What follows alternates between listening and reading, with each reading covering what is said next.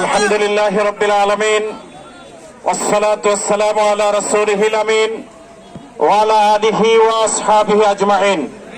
প্রিয় সংগঠন বাংলাদেশ জামাত ইসলামী কেন্দ্র ঘোষিত 5 দফা দাবি নিয়ে আজকের এই বিশাল বিক্ষোভ মিছিলের সম্মানিত সভাপতি, প্রধান অতিথি, উপজেলার বিভিন্ন পর্যায়ের দায়িত্বশীল ভাইয়েরা, জামাত ইসলামীর বিভিন্ন পর্যায়ের দায়িত্বশীল এবং কর্মী বন্ধুগণ, ইসলামী ছাত্র শিবিরের বিভিন্ন পর্যায়ের দায়িত্বশীল বন্ধুরা, সর্বোপরি কচুয়াবাসী, আসসালামু আলাইকুম ওয়া রাহমাতুল্লাহ। সত্য হাজার হাজার জীবনের বিনিময়ে একটা সুন্দর সুশৃঙ্খল বাংলাদেশের জন্য যারা জীবন দিল, 1 বছর পার হয়ে যাওয়ার পরে আবার তাদের জীবন দেওয়ার স্বপ্ন সে বাংলাদেশ বিনির্মাণের জন্য আমাদেরকে রাজপথে নামার আগে এর থেকে লজ্জাজনক আর হতে পারে না।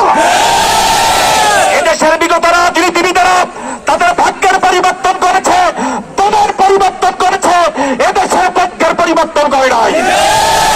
রাজনীতিবিদেরা সিংহবাগ ক্ষেত্রে নিজের ভাগ্যের পরিবর্তন করেছে, এদেশের খেটে খাওয়া মানুষ, মেহনতি মানুষ, দল মত নির্বিশেষে সাধারণ মানুষের ভাগ্যের পরিবর্তন করে নাই।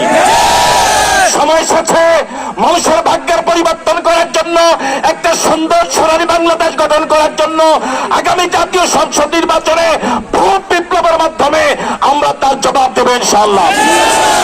বিক্ষোভ সমাবেশ